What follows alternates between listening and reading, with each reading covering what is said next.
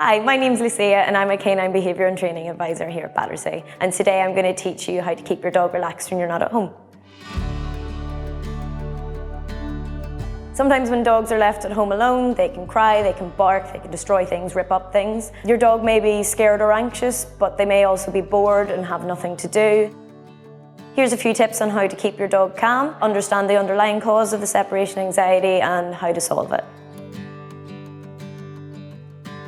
Start by trying to figure out what is the cause of your dog's stress. Is it frustration? Is it boredom? Are they genuinely just scared of being left alone? Once you've identified the issue, then you can address the problem. For example, if your dog has loads and loads of energy, they'll be wanting to burn it off in some way. So you'll be needing to give them plenty of things to do whenever they're left alone so that they don't rip up your furniture. If possible, set up a camera so that you can see what your dog gets up to during the day. With this footage, you can then pinpoint the triggers that could set your dog off. You don't want to punish your dog for their anxiety or frustration or the damages that come with it.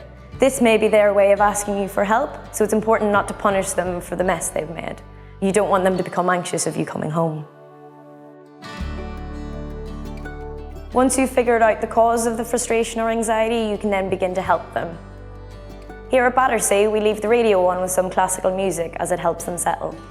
Or if your dog's really distracted by what's going on outside, you could always close the curtains or try and put them in a different part of the house.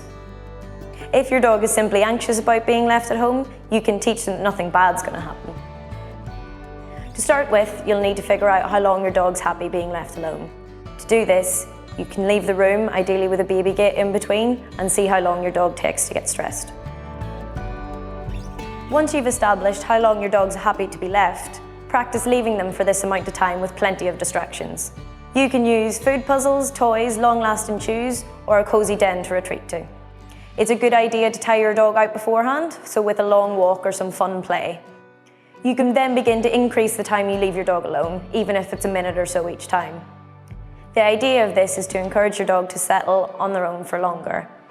Every dog will be different, so ensure you give them a lot of time and be patient.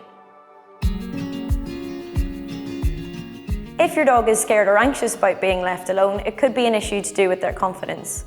Just like us, we need to boost our dog's self-confidence so they can be able to do things on their own. Training with positive rewards is one way to do this. You should also be rewarding your dog for any independent behaviour. So if your dog settles away from you, give them some calm praise. Do your best to ignore any stressed or excitable behaviour, both when you leave and when you come back. By engaging with your dog at this time, you're rewarding that behaviour and they're more likely to go to these extremes.